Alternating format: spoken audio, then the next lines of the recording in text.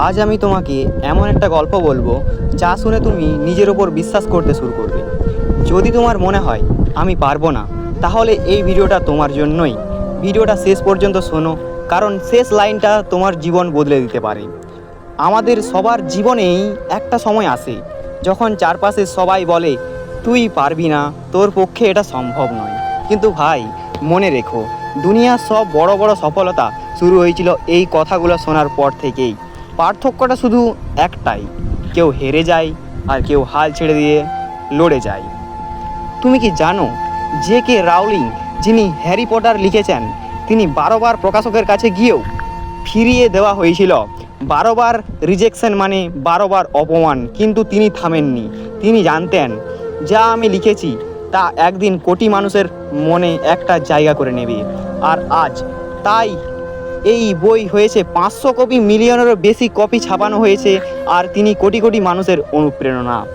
আবার ধরো থমাস এডিসনকে, বিদ্যুতের বাল্ব তৈরি করতে গিয়ে তিনি 1000 বারেরও বেশি ব্যর্থ হয়েছিলেন।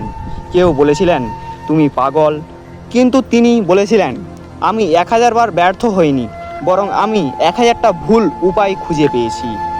এই গল্পগুলো আমার থেকে তোমরা কি শিখো? ঠিক আছে, মানে এই গল্পগুলো থেকে আমরা কি শিখি? সফলতা একদিনে আসে না, তুমিও পারবে যদি তুমি ব্যর্থতাকে ভয় না পাও। ব্যর্থতা মানে শেষ নয়, এটা হলো সঠিক পথে ধাপ এগানো। ঠিক আছে, মনে রেখো, তুমি যতবার পড়বে ততবার উঠবে, এটাই তোমার জয়ের গ্যারান্টি। ভাই, তুমি যেখানেই থাকো, যা করো, আজ থেকে প্রতিজ্ঞা করো আমি হাল ছাড়বো না। তুমি পারবে, এটা বিশ্বাস করো, কারণ তুমি তোমার জীবনের হিরো।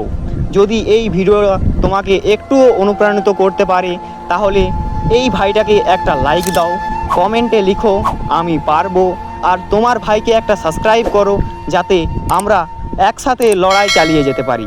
ধন্যবাদ ভাই, দেখা হচ্ছে পরের ভিডিওতে।